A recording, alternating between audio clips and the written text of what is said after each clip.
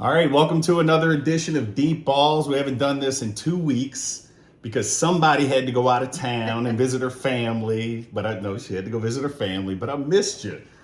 Yeah, I mean, missed you too. I don't function very well without you, baby. No, you do No, not. I do not. You literally check on me sometimes like I'm a bad kid. Not that I'm doing anything wrong, but like, all right, what did you do this or how did you do that? I'm like, because you know you need to.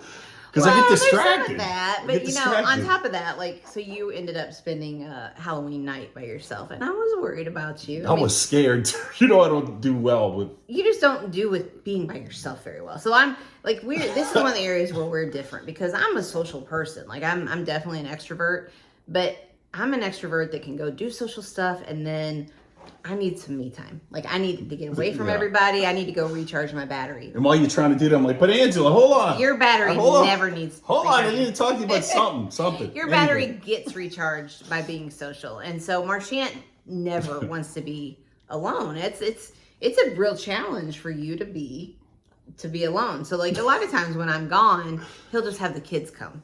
But every now and then, of course, when I'm gone, the kids just can't be here. And Halloween night was one of those nights. So I was worried about you. So leading up, I ended up actually having a bunch of food delivered and actually some booze. Yeah.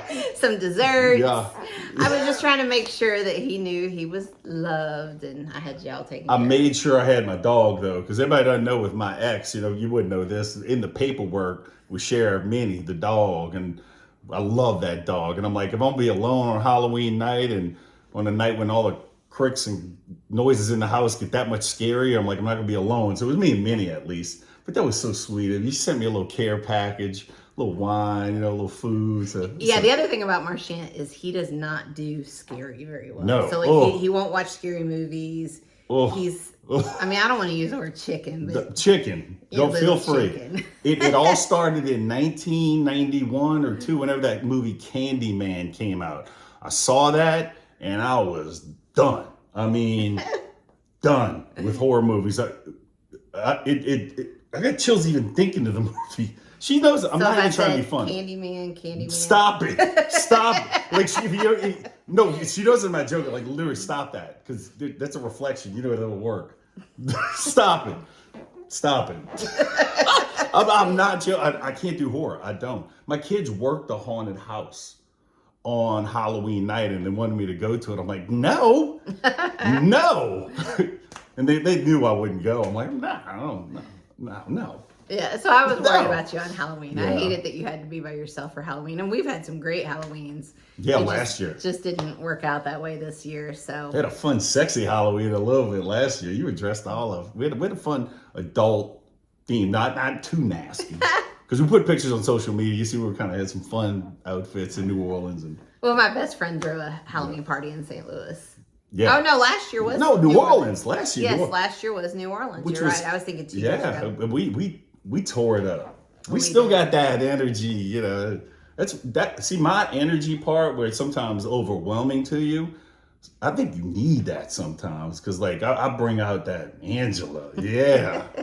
I do need that sometimes. I tend to get way too serious. It was funny when we met and started talking about getting married.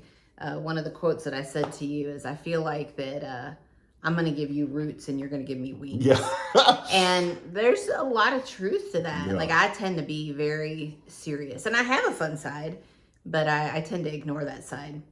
You do not ignore your fun side. Yeah. You're fun all the time. Yeah. 100% of the time, Marchant's fun. That's why single life was just, I was getting to be all over the place. And all of a sudden I found this woman, the roots, come back, boy, come back.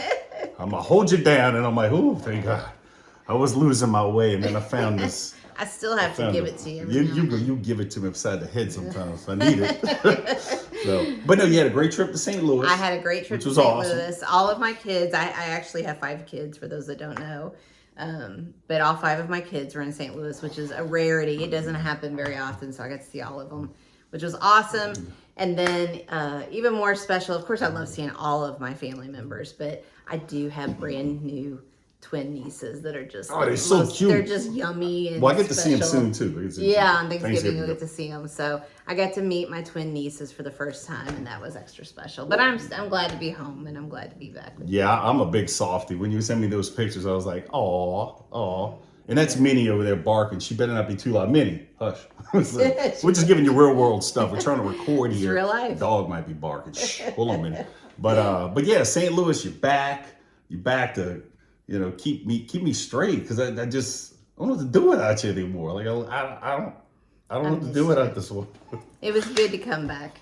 It's always hard. I mean, it's really hard loving people and still having a little bit of a life in two places. It is not an easy thing. We knew it wasn't going to be easy when we met, we got married, and when I came down here. But honestly, times like the last couple of weeks, I feel very lucky. I feel very lucky that I have, the ability to maintain those relationships and maintain a little bit of a life in two places. But it's really nice to be home. And of course, I had to get home because you had to get home because Southern Miss football. Yes. Marriage is important and everything, family, and Southern Miss football. And you came back just in time, baby. Just in time. Coach Hall decided to make some changes, become the head coach we love, that energy guy that could sell ice to Eskimos. I know he could. I mean, we loved this guy for a reason, and he gave us the play calling that was up and down the sidelines, get people fired up. And it all teed into a rivalry game against the Raging Cajuns here in our area that we live in, Lafayette, Louisiana. Mm-hmm. Finally didn't have to go 3.5 hours to Hattiesburg to see a game. Right here, the rivalry. That felt nice. I will admit that felt nice, not having to pack up and drive and just get to leave the house and come back to the house. Oh, yeah. That felt very nice. We don't get to do that very often yet. But build it up to the game. What was funny about it, before we get into little analytics, X's and O's or what have you, there was a lot of storylines with the Kennys. So first up, my daughter is a freshman, Raging Cajun over there, and she wasn't going to wear Southern Miss gear to the game. I had to show up to that game and meet my daughter and sit there with my daughter in Raging Cajun gear. That's a hard pill to swallow, but it did. And, Well, and it's funny because truthfully, his daughter, wonderful. I mean, she's just the most amazing young woman. She's not that into football. No, Dad played. And it's funny because watching her at the game yesterday, she actually knows a little bit more about it than she realizes that she knows, but she's not into football. So a lot of that was for your benefit. Like because she was cheering loud at that game. And it was because Dad was sitting behind her. Yeah. Well, one thing good about having a daughter, though, doesn't really, follow the game a whole bunch, is I can exaggerate the stories of how good I was, and she won't know any better. Games I've had 30 tackles in. She's like, well, sounds good, Dad. You don't do that. I don't exaggerate. At this point, the Liberty Bowl of 97, right. My shoulder was hurt. I had to play with a little thing to keep my shoulder in place. But, I mean, at this point, my back was broken. I played with a torn hamstring. Spine was twisted up, They cut off your shoulder. Almost had to amputate the shoulder. In my kid's eyes, I'm a warrior that survived the Liberty Bowl in 97. I can exaggerate the stories, but that was a storyline for the Kennys. Another one, come to find out, my son who just started high school in 9th grade over here, his principal, I played against him. He was a lineman for the Raging Cajuns back in the 90s. So we butted heads. We literally knocked each other all over the field. And, well, that's my son's principal now. And on Twitter, we got word of that thing was going on, this dynamic. And sure enough, it turned into somebody saying, y'all should have a bet. If the Cajuns win, Marchand, you got to wear a red jersey of his that he wore with the Raging Cajuns. But if we win, he's got to wear my 43 jersey. Well, everybody knows what happened, and you'll see that on social media soon, a certain principal in a number 43 jersey. So, but that was a storyline going into the game. Now, we may end up having to pay an extra year of tuition when the principal fails Max. Max may have detentions for some unknown reason just because, but it's a sacrifice. Yeah, and unfortunately, we may make no more new friends around here because all of the parents will be like, oh, that's the guy that made the principal wear a Southern Miss jersey. Avoid me like the plague. cheese. But it was funny to watch you guys go back and forth, and Yeah. that was really cool. And Max really got into it. Max Oh, thought yeah. that was really, really funny. And then there's actually one more storyline. Yeah. This Midwestern girl made gumbo. Oh I yeah. made gumbo. Yeah. We don't do Yeah. gumbo for our game days. Like where I'm from, we do brisket and ribs and chili. So gumbo was a new thing for me, and I was very nervous. I was nervous for Marchant to try it, but I knew he'd go easy on me, right? He was, and I hinted though, man, this hinted You about did. everything. but I was really nervous for the kids. So Marchant's kids, their mom she's a Louisiana Bayou girl. He's a New Orleans guy. Like these guys have Cajun and Creole blood like running through them. Families fight over who has the best gumbo, literally. And they're Fight. both kind of foodies. Both of your kids Oh, are yeah, kind oh, of yeah, foodies. yeah, picky. And so I knew house. that if it was not good, they were not gonna sacrifice my feelings. Yeah, no. But they both said actually I it told was you they pretty were. good. It was pretty good. So that was my contribution to the storylines Yeah. because since I didn't play, I didn't grow up down here, but I made some damn good gumbo. Yeah, you know what? I talk about you're a tough, strong woman, but that's tough to a gumbo, to make a gumbo down here where, my kids and me, I've grown up with some of the finest Louisiana food and finest Louisiana gumbos. And I tell you what, you did a great job. Thanks. I'm not saying that because that's my wife. I mean, have I had better gumbo? I'm not going to say it on air because I don't want her to hit me on air, but it was Of really, course. really good. Yeah, I Really was good. proud of it. Why did my voice do that? Really don't good. know. Wait, one more storyline Sounds too. like I hit you already, but Yeah. Sometimes you need hits. But there was another storyline too. The Rage and Review podcast. I got my show, Anyone, Anywhere, Anytime. Well, I made friends with the Rage and Review podcast, one of the co-hosts, Jerry Abear. everywhere else in the world, that's Jerry. No, Herbert. Herbert or whatever. Yeah, But down down here. here, it's not Herbert. It's Abear, brah. Abear. Brah.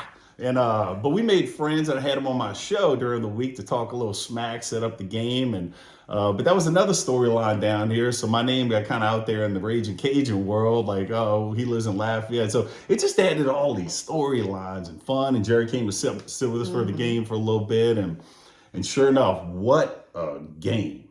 It was a great game. Wow. I mean, my SMTTT was spent by the end of that game. I mean, I left it all out there. We went through all the emotions. All the emotions. All the emotions. The entire stadium went through all the emotions because it was a back and forth game, tight the whole way. But really a great game. And of course, it always makes it better when your team ends up on top. End up winning in overtime. Yep. Winning in overtime and during the game too. I think some people get a kick out. I don't tweet a lot during the game, but I had to because the defense made this goal line stand right before halftime. And the Nasty Bunch, we call our defense, anybody doesn't know, they've been under the microscope a lot. And to see those guys do a big goal line stand, see, that gets me fired up. I'm an old defensive guy. And, some of those guys really just stood up and did well. And Frank Gore's just looking so good. Frank Gore Jr. We saw his dad at the game. My son Max is like, that's him. Can I get a picture with him? I went up and asked him, and he was so cool about it. And really great guy. And but having his son and him, that synergy, and Frank's getting so good on this season. And quarterbacks, we got a new quarterback come in. It was just so much going on. There was a lot going on. A lot going on. On top of that, the Cajuns were trying to end a 10-game losing streak to Southern Miss. Going back 30 years. I mean, some people were saying I wasn't born the last time. We Twitter. were both born. We were born. But some people on Twitter, but 30 some years old, were like, I haven't been born the last time the Cajuns won. So there was that stress on them. And then when they lost that game and some of the things that went against them in that game, some fumbles and things like, I mean, they are a rival, but I'm not going to lie. I'm a Louisiana guy. I have a little heart for the Cajun Nation guys. And a part of me felt bad. I was happy we won. Don't take that wrong, anybody. But I was like, dang, man, they're just never going to beat us. Maybe it's just a never thing. Never. It's kind of the South Al thing, right? Ooh, Yeah, I know. that's how Southfield feels about us. Right. They're just never going to be. I think that the Cajuns they're, even though they are the big rival, and of course on game day, we don't like them, but they're a pretty easy fan base to like. Yeah. There's a lot of culture down here. They've kind of got things that are, theirs. It's kind of special to them and their fan base that, I think especially for a Louisiana guy, how could you not love the whole crawfish thing and, whatever. Some of the big phrases really emphasizes on like why you like New Orleans. Laissez les bon temps rouler, let the good times roll. This whole area kind of encompasses that. It's just look for good times, good people, and, that's good food. They want you full, at the tailgates. They want you to eat good food, be happy. And, New Orleans called the Big Easy. There's just a whole vibe in Louisiana. Yeah. So the Cajun fans, the nation, they're really great. And it's a great rivalry. And I'm just so happy to be in a real conference with a real rival. It's not Troy and South Al. They're not the rival. It's the Cajuns, period. So. Yeah, I wouldn't, it certainly wasn't a perfect game for Southern Miss. I don't know that I'd even call it a complete game, but it felt like a team win. Yeah. That would be what I would say about that game. It felt like a team win. It felt like that when something was needed, somebody stepped up and got it done.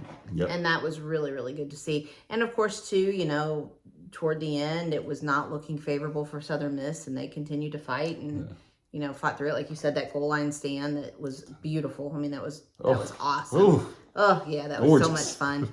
But just being in the stadium, and there weren't a ton of people there, but man, the people that were there were fired up to be there. Yeah. And it was fun. It actually will go toward the top of my list of fun games that we've gone to. Yeah, it's proof you don't need to sell out of the game to have a fun time. I mean, that was a blast. Our band too. Shout out to our band. They came down and the band was, I think we outperformed their band. It was fun. So good time.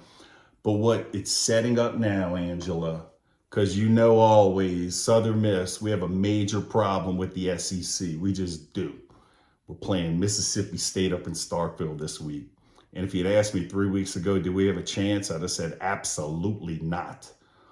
All of a sudden, with Coach Hall getting this new fire into this team and the way they're playing, oh no, Angela. Oh no, we might have a chance up in Starkville. Oh no. Yeah, I mean the team's definitely on an upward trajectory, and their confidence has been building. And no, I agree with you. I mean, I think that if they can play to their capabilities, there's a lot of talent on the team. We've said that. We've been saying that all season. Yeah. It's going to be fun to see what they can bring. Yep. I think it's really on the shoulders of the Southern Miss team. Like, how bad do they want it? Because I do think that they can do it. Yeah.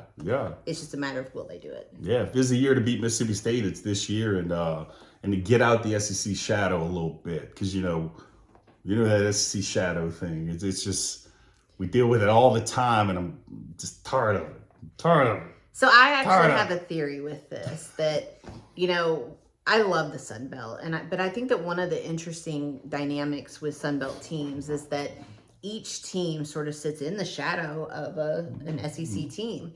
And one of the interesting things about the SBC is that it doesn't really matter like where you are in a season, what your record is. Kind of universally, they're never happy. Like, they're never satisfied. I don't want to say they're never happy, but they're never satisfied. Like, no matter where their team is, it's not quite up to their expectations as the fan base, right? And one of my theories is that is because you're doing that pooling constantly to those local SEC teams. So, like take Lafayette, for example, they're 5-5. That's, it's not terrible. They've got a pretty cool culture, there. They've, there's a lot of good. Their team was pretty good. It was actually, what I will say is it was a fun football game. Like, there was some really good football that we saw last night.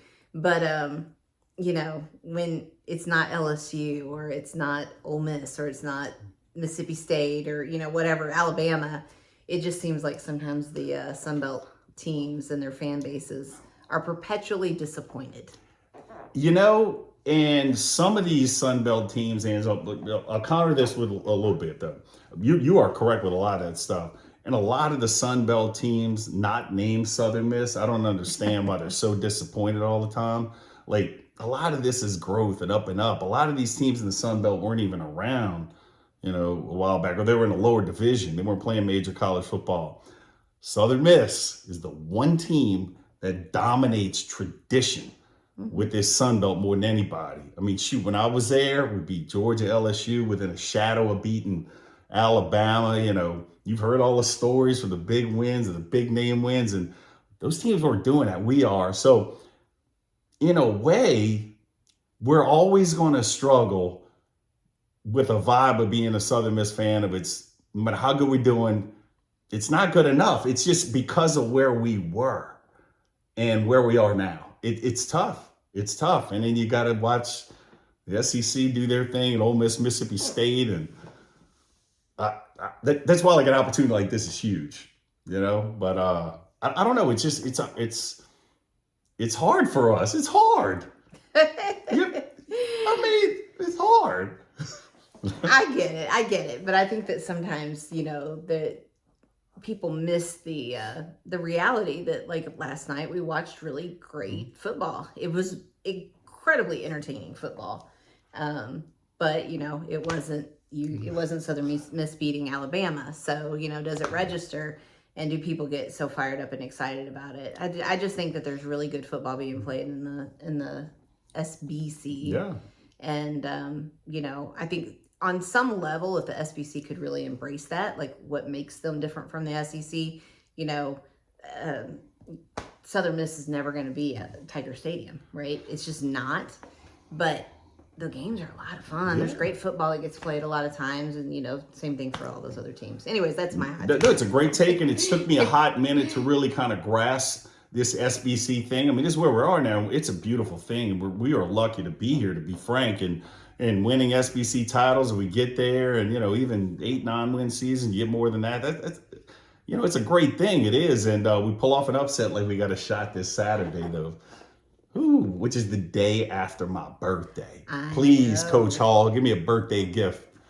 In Starkville. Oh my goodness. You're turning 21 again. 21. Internally, I feel 21.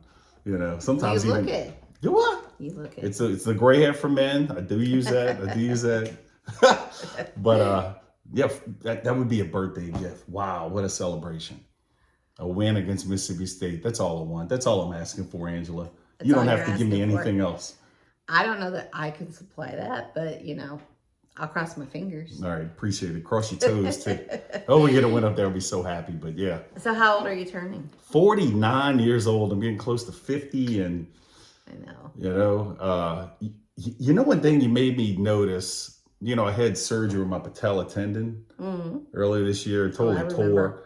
And I felt good about myself, get rehab, and that's just 6-7 months ago.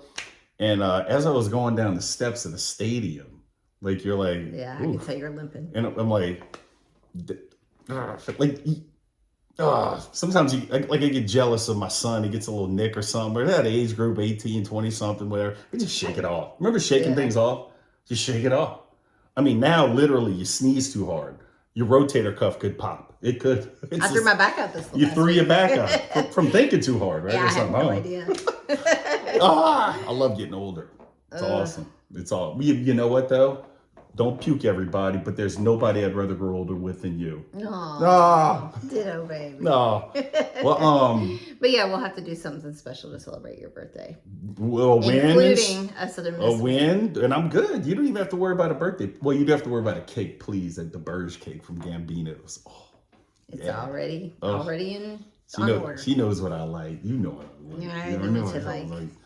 Now that we live in Lafayette, I can just get one up the street. I used to have it shipped in. You got a Gambino's right here? So. Well, all right. My mood's better, not just because you're back, but also, Southern Miss is a football team and basketball. I like what I see. I like what I see with those guys. So we're getting ready to watch them. We're getting ready. Your Friday night is Southern Miss Akron on ESPN, baby. To the top. She was like, my Fridays used to be, kind of dinners. I'm like, yeah, but Southern Miss Akron, basketball, Mac. What else could I want? What more could you want? I know. So, I'm so glad you're in this world, this SMTTT world. I am too. This has been a good week. Hopefully it continues to be a good week, and hopefully it runs into a good weekend next weekend, That's it. So including your birthday. give me a birthday present, Southern Miss football. So do we have any other subjects to hit on? No, just that, you know, Yeah. we when I was gone, we talked about whether or not we were going to do these, you know, from 2 locations, and honestly, life was busy, and you know, we didn't want to do it. So we'll try to get to these more regularly, as you know. That would have felt time goes on. weird talking to my wife on a Zoom call. We would have been like, hey, Hey, and like Hey. you're on, like there's a split right here. I Like, haven't hey, seen you. Hi. a Zoom call with your wife.